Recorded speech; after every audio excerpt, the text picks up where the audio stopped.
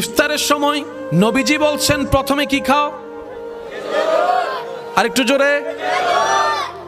কিন্তু আমরা অনেকেই আছেন খেজুর থাকা সত্ত্বেও 3-4 বোতল পানি একসাথে।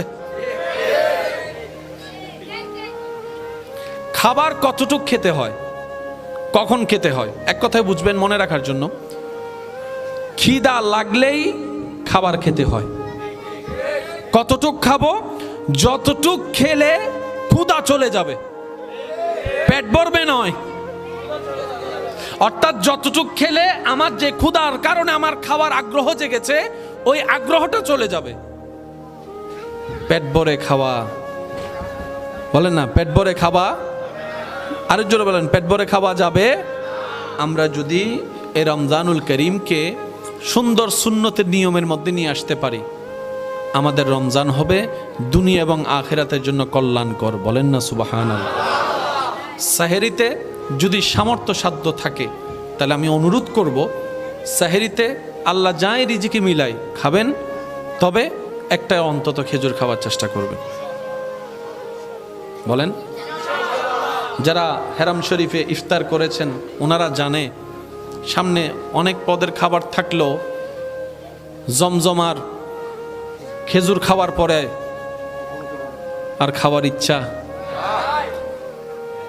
আপনি দেখবেন যে কোনো ডাক্তারের কাছে গেলে অসুস্থতা নিয়ে ডাক্তাররা প্রথমে খাবার বাছা দেয়, এটা খাওয়া যাবে না, এটা খাওয়া যাবে না। কেন? ওনারাই গবেষণা করে দেখছেন মানব শরীরে রোগের মেইন উৎপত্তি স্থল হচ্ছে পেট, আর পেটে যায় কি খাবার। এই খাবারের ভিতর যে কত ভ্যারাইটিস ধরনের খাবার আমাদের ভিতর যায় সেটা তো সবাই ভালো করেই জানে। সত্যি করে বলেন, বাহিরের খাবার ভালো নাকি ঘরের খাবার? কিন্তু আমাদের মনোযোগ, চাওয়া, ইচ্ছা বাহিরে। একটু জোরে বলেন, শাকসবজি কল্যাণের নাকি ফাস্ট ফুড কল্যাণের? অথচ এই শাকসবজি ঘরের মধ্যে রান্না করলে সন্তান না মার দিকে এমনি করে তাকায়।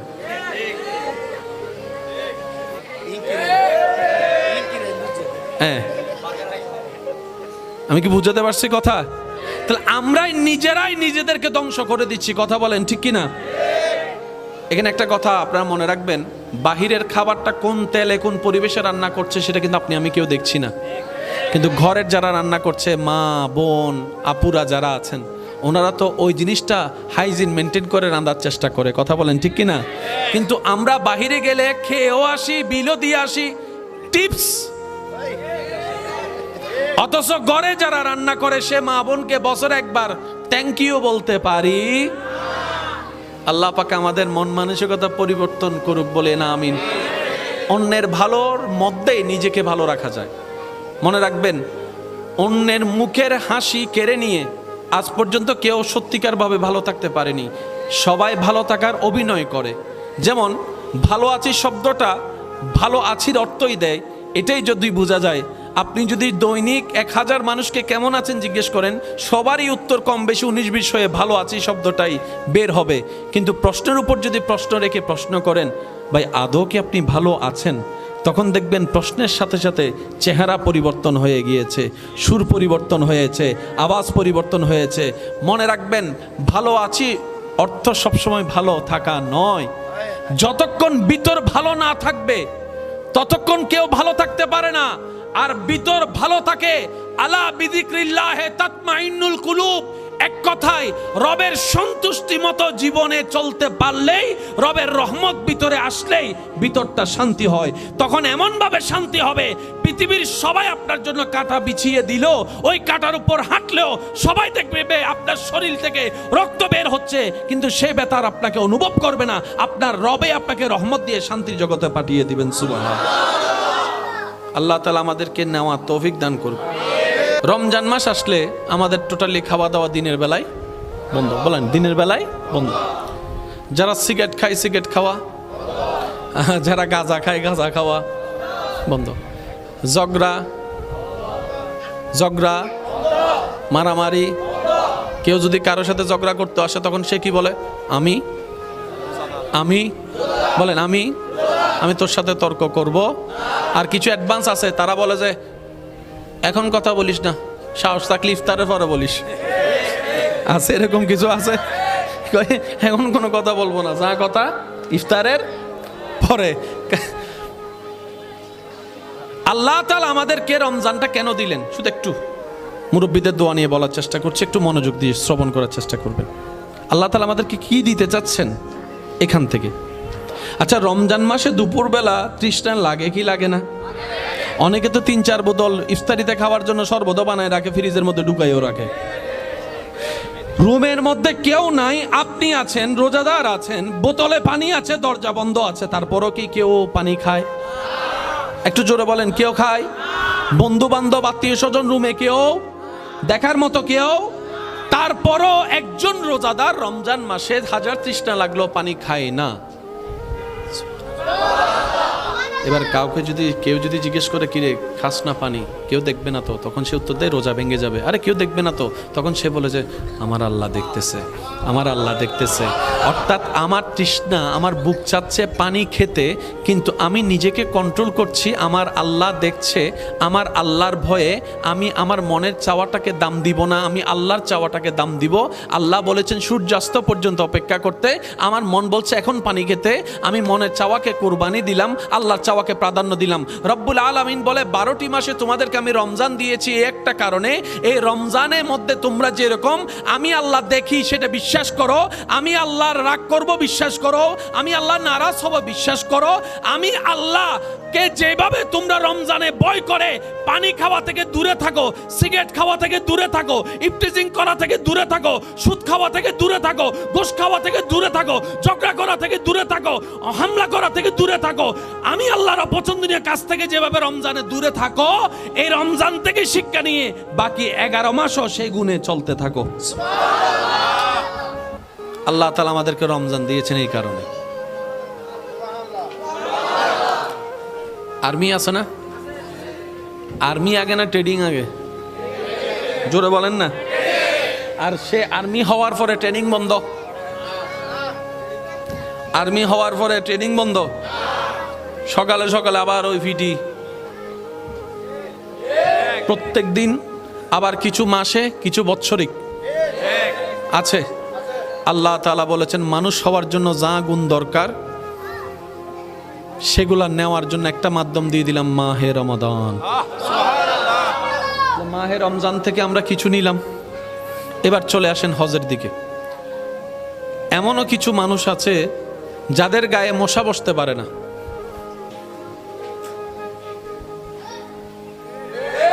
আছে না কিছু? এবার এরকম একজন মানুষ এহরাম পরে আল্লাহর ঘর তাওয়াফ করছেন।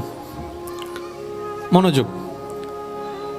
লব্বাইক আল্লাহুম্মা লব্বাইক, লব্বাইক লা শারীকা লাক লব্বাইক, ইন্নাল হামদা ওয়ান নি'মাতা লাক ওয়াল মুলক লা শারীকা লাক। দেখি সবাই মিলে পড়েন, লব্বাইক আল্লাহুম্মা লব্বাইক, লব্বাইক লা শারীকা লাক লব্বাইক, ইন্নাল হামদা ওয়ান নি'মাতা লাক ওয়াল মুলক লা শারীকা লাক। শেষবারের মতো সবাই, লব্বাইক আল্লাহুম্মা লব্বাইক, লব্বাইক লা শারীকা লাক লব্বাইক, ইন্নাল হামদা ওয়ান নি'মাতা লাক ওয়াল মুলক লা শারীকা লাক। উচ্চ আওয়াজ একবার বলেন মারহাবা।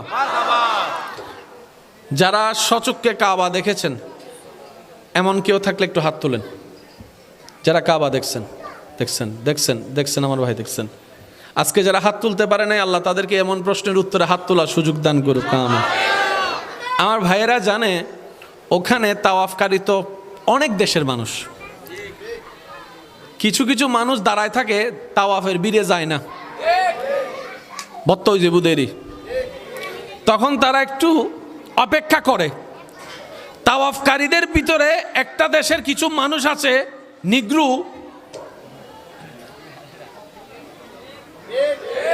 যারা আসতে দেখলে সবাই রাস্তা কি করে দেয়, হারনি তারা ট্যাঙিয়েন, যার ট্যাঙের দেখবার ফুজি হতা বুঝুতেছি না বাজি ইটা টাঙিয়ে লারি নবারে টাঙিয়েন পুরা আতিন নান তার আর হজন সালাক আছে হতে ইন্টারে ভিজে ভিজে যাই আর পুলিশ লাগতো না, রাস্তা ক্লিয়ার হয়ে যাও। এমন মানুষ যখন কাবা শরীফে তাওয়াফ করছে, মনে করুন 11টা-12টার উত্তপ্ত রোদ, প্রচণ্ড গরম। তাওয়াফ যত সহজ মনে হয়, করতে গেলে কিন্তু অত সহজ নয়। পা পর্যন্ত ফুলে যায় ব্যথায়। এমন অবস্থায় কেউ যদি তার পায়ের উপর পা দেয়, মেজাজ আর ঠান্ডা থাকবে? এবার সে মানুষটাকে কেউ একজন কুনি দিছে কিংবা ধাক্কা যাই হোক লাগছে, মেজাজ চটে গেছে, কারণ দেশে তো তার গায়ের উপর মাছই বসতে পারে না, এরকম মেজাজের মানুষ। যখন তার গায়ের মধ্যে এরকম ব্যথাটা লাগছে, তার মেজাজ ঠিক নাই, হাত ওই দেশে যেরকম তুলছে এরকম যখন তোলার জন্য নিছে, পিছন থেকে আলেম বলে সবর সবর সবর, এহরাম এহরাম এহরাম এহরাম, সুবহানাল্লাহ বলেন, সবর এহরাম সবর এহরাম। কি বলেন হুজুর? আওয়াজ নিচে, এহরাম এহরাম এহরাম। শেষ করে রুমে আসলো, হুজুরকে জিজ্ঞেস করে, হুজুর কি বললেন বুঝলাম না। আপনার এহরামের কালার কি? কয় সাদা। কাফনের কালার কি? কয় সাদা। কাফন কাদেরকে পরায়? মরা মানুষকে। মরা মানুষ চিল্লাতে পারে? বলে যে না। রাগ করতে পারে? না। মারতে পারে? না। আল্লাহ আপনাকে এহরাম এই কারণে পরিয়ে কাবার সেহেনে এনেছে। রব বলে যে তোমার ওই দেহের আত্মার মৃত্যু, রুহে বের হওয়ার যে মৃত্যু, ওই মৃত্যুর আগে তুমি দুনিয়াতে বেঁচে থাকা অবস্থায় এহরামটাকে স্বইচ্ছায় গায়ে নাও মানুষ তোমাকে পড়ানোর আগে, এবং ওই এহরামকে পরে তোমার ভিতরের অমানুষটাকে, রাগকে, ক্ষোভকে তুমি মেরে দাও। আমি আল্লাহর পছন্দের দর্জকে আপন করে নাও। হজের শিক্ষা আলাদা, যাকাতের শিক্ষা আলাদা, রোজার শিক্ষা আলাদা, নামাজের শিক্ষা। প্রত্যেকটা পাঠ আল্লাহ এমনভাবে সাজিয়েছেন, এটা যদি আমরা নেওয়ার মতো নিতে পারি, রাখার মতো রাখতে পারি, মতো ধরে রাখতে পারি, ধারণ করার মতো ধারণ করতে পারি, এমনও হতে পারে আপনার সেই পথ চলা নবীর সুন্নত মোতাবেক আদব এবং মোহাব্বতের সাথে আপনি সাধারণ বান্দা থেকে হয়তো আল্লাহর পছন্দের বলি আল্লাহ হয়ে যেতে পারে। এই বিশ্বাস আছে না নাই? একটু সবাই বলে, এই বিশ্বাস আছে না নাই? তাহলে আল্লাহ তাআলা আমাদেরকে শুধু একটা ধর্ম দেয় নাই যেখানে শুধু সওয়াব আছে। আল্লাহ তাআলা আমাদের একটা সাজেশন এমনভাবে সাজিয়ে দিয়েছেন নবী রাহমাতুল লিল আলামিনের মাধ্যমে, যেটা নিতে জানলে ফিদ দুনিয়া হাসানাতাও ওয়া ফিল আখিরাতি হাসানা, দুনিয়াতেও কল্যাণ আপনার আমার জন্য, আখিরাতের কল্যাণও আপনার আমার জন্য। বলেন না সুবহানাল্লাহ। মন খুলে একবার দরুদ শরীফ পড়েন, আল্লাহুম্মা সাল্লি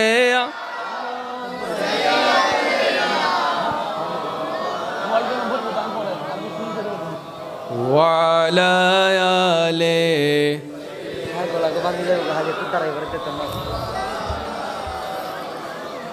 মদিনা আমার জান, মদিনা আমার প্রাণ, মদিনাতে আছেন আমার জানের জান, মদিনা আমার জান, মদিনা আমার প্রাণ, মদিনাতে আছেন আমার জানের জান। ও গো মদিনা আমায় ডাকো না, ও গো মদিনা আমায় ডাকো না, তোমায় দেখার তরে আমার মন হলো আনচান, মদিনা আমার জান, মদিনা আমার প্রাণ, মদিনাতে আছেন আমার জানের জান। রব্বুল আলামিন তোমারি বুকে পাঠালেন আমার দয়াল নবীকে। সুবহানাল্লাহ।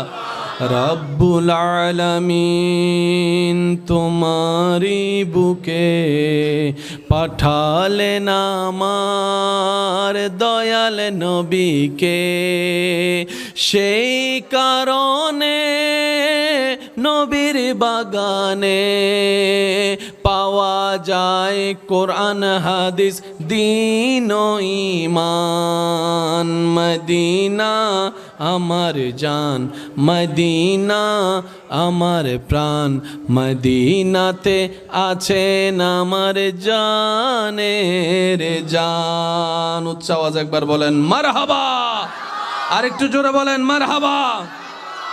জান্নাতে যেতে গেলে অমানুষ না মানুষ বলেন না ভাই? ওই মানুষ হওয়ার জন্য গুণ যেগুলো অর্জন করতে হবে, এগুলা করার মাধ্যম কি? জোরে বলেন। এবার আমি বলছি, আপনারা শুধু মিলাবেন। ইসলাম বলেছে নাকি বলে না, শুধু এটা শুনে আপনারা বলবেন। ইসলাম বলেছে মা বাবার সাথে বেয়াদবি কর, বরং ইসলাম বলছে মা বাবার সাথে বেয়াদবি তো দূরের কথা, চোখে চোখও রাখবি না, ও শব্দ করবি না। সুবহানাল্লাহ, একটু জোরে বলি। ইসলাম বলছে বড়দের সাথে বেয়াদবি করো, বলেন। ইসলাম বলছে ছোটদের উপর জুলুম করো। আমি কিভাবে বুঝাই আপনাদেরকে আমার ভাইয়েরা? মুরব্বীরা যদি একটু দোয়া দেন, আলেম ওলামা যদি দোয়া থাকে। ইসলাম বলে বড়দেরকে সম্মান করো। সবাই বলেন, বড়দেরকে কি করো? ছোটদেরকে স্নেহ করো। ছোটদেরকে, ইসলাম বড়দেরকে স্নেহ করতে বলে নাই। বড়দের বেলায় যখন আসলো, ইসলাম বলে রেসপেক্ট করো, সম্মান দাও। ছোটদের বেলায় যখন আসলে ইসলাম বলে যে সম্মান নয়, স্নেহ দাও, স্নেহ দাও। আপনি শুনলে অবাক হবেন, বড়র ক্ষুধা ছোটর কাছে, ছোটর ক্ষুধা বড়র কাছে, ঠিক ওইটাই যেটা ইসলাম বলেছে। সাধারণত স্বামীরা বয়সে বড় হয় নাকি স্ত্রীরা? আপনি দেখবেন ভালো বউ যারা আছে তারা চায় আমার স্বামী আমার মাথার উপরে থাকুক। সুবহানাল্লাহ।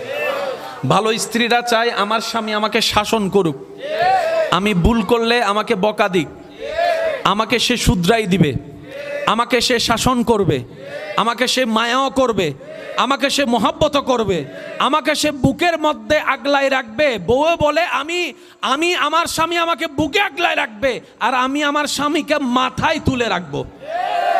এবার স্বামীদের চাওয়া দেখেন, স্বামীরা চায় বউরা ওনাকে সম্মান করুক। স্বামীদের চাওয়া হচ্ছে বউরা ওনাকে কি করুক? আমার কথাকে গুরুত্ব দিক, আমার পরামর্শ যদি ভুলও হয় সাথে সাথে আমার ভুলটা না ধরে পরে আমি ঠান্ডা মাথায় বসলে আমাকে ভুলটা বুঝাই দিবে। অর্থাৎ স্বামীদের চাওয়া বউদের পক্ষ থেকে সম্মান, বউদের চাওয়া স্বামীদের পক্ষ থেকে মায়া, মহাব্বত, স্নেহ, ভালোবাসা। ইসলামও বলে বড়দেরকে সম্মান করো, ছোটদেরকে স্নেহ করো, তোমার ঘরকে রহমত দিয়ে আল্লাহ জান্নাত বানিয়ে দিবেন। সুবহানাল্লাহ। প্রত্যেকটা সূত্র মিল হচ্ছে কি হচ্ছে না আপনারাই বলেন, একটু জোরে বলেন। আচ্ছা, ইসলাম বলে সবাইকে উপবাস রেখে নিজে খাও। শুনি নাই আওয়াজ। বরং ইসলাম বলে নিজে ভালো করে খাওয়ার আগে একটু চোখটা দিয়ে আশেপাশটা দেখো। তোমার পক্ষে তো সারা দেশ খেয়াল করা সম্ভব না, অন্তত তোমার ঘরের আশপাশটা দেখো। তা আশপাশের ভিতর তো অনেক ক্যাটাগরির মানুষ আছে, আমি কাকে দেখব? ইসলাম বলে যে আগে তোমার আত্মীয় স্বজন যারা আছে তাদেরকে দেখো, যারা তোমার রক্তের তাদেরকে দেখো। এদের মধ্যে যদি কিছু না পাও তাহলে একটু দূরের আত্মীয়কে দেখো। এরপরও যদি কিছু না পাও তাহলে তোমার ঘরের আত্মীয়কে দেখো। এরপরও যদি তুমি কিছু না পাও তোমার দেশের আত্মীয়কে দেখো। একবারও কিন্তু বলে নাই মুসলমান দেখো। ওই বাজ ওনারা বিরক্ত গিয়ে বুঝি আই শেষ করে দিস আল্লাহর ওলা ফিয়ামানিল্লাহ। আওয়াজিবে তো নর আওয়াজিবে তো সিডেঙ্গে আওয়াজ না না তো নলাগের ফতমতন হইতেন না বুধ ঢুকি গিয়ে ফানলা রোহিঙ্গে বাজি সিডেঙ্গে আছে না? এই আওয়াজে সিডেঙ্গে সিডেঙ্গে আছে না? মেড ইন সিডেঙ্গে আছে না? ও বদ্দা আছে না? ও ভাই আছে না? এই না বোঝা যাচ্ছে সিডেঙ্গে আছে। মদিনাওয়ালার দেশত আশেকে যখন যায়, হইল জাগানো মদিনাত রাহি আইতো চাই। মদিনাওয়ালার দেশত আশেকে যখন হইল জাগানো মদিনাত রাহি আইতো চাই। একবার হন মারহাবা। ইসলামে হদ্দে বড় অক্কলরে ছোটরে কি করো? স্নেহ। সবাই বলেন, বড়দেরকে বলছে ছোটদেরকে স্নেহ করো, আর ছোটদেরকে বলছে বড়দেরকে কি করো? সম্মান করো। এই বিধান কার দেওয়া? আল্লাহ। সবাই বলে, এই বিধান কার দেওয়া? যিনি মানুষকে বানিয়েছেন, যিনি জানে কাকে কোনটা কতটুক দিলে দরকার, তিনি সেইভাবে ইসলামকে সাজিয়ে দিয়েছেন। চিৎকার দিয়ে একবার বলি সুবহান। আসুন, কষ্ট নিচ্ছেন না তো আমার কথা? আচ্ছা, মানুষ বেঁচে থাকার জন্য খাবারের দরকার, খাবারের জন্য একটা নিয়মের দরকার। ইসলাম সেই নিয়মও জানিয়ে দিয়েছেন। তৃষ্ণার মিটানোর জন্য পানি দরকার, ইসলাম সেই পানি খাওয়ার নিয়ম ধরনও বুঝিয়ে দিয়েছেন। শরীরের সুস্থতার জন্য, এনার্জির জন্য একটা ঘুমের দরকার, ইসলাম সেই ঘুমের ধরন করণ নিয়ম পর্যন্ত জানিয়ে দিয়েছেন, টাইম পর্যন্ত বলে দিয়েছেন। বড় চমৎকার বিষয়, ইসলাম যে যে বিষয়ে কথা বলেছেন,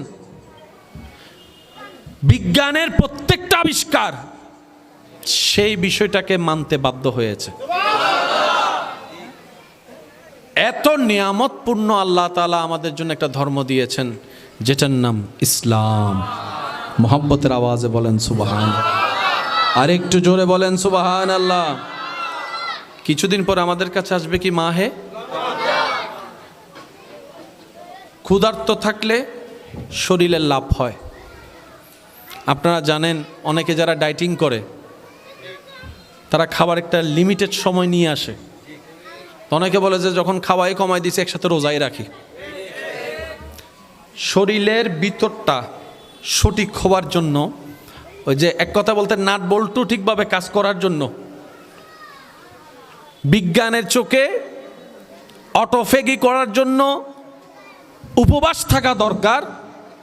এই উপবাস যেটা বিজ্ঞানীদের, ডাক্তারদের চোখে উপবাস, সেটাকে ইসলাম বলেছে সোম, রোজা। বলেন সুবহান। তা আমরা বেনিফিটটা ওইভাবে পাচ্ছি না কেন? সারাদিন উপবাস থেকে শরীরের যতটুকু উপকার করি, ইফতারের সময়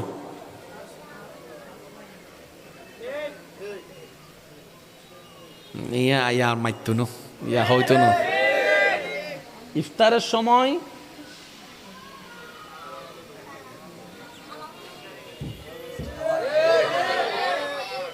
হদুন তেন ভাবে হাই ব্যাঙ্গন হাইতে পড়ি যাই। ইতারা যদি হয় মাগের নামাজ পড়তো আয় আর নবারির এখন বলেন না, আছে না? তারাবি পড়তে পারবে কিনা তখন চ্যালেঞ্জ হয়ে যায়।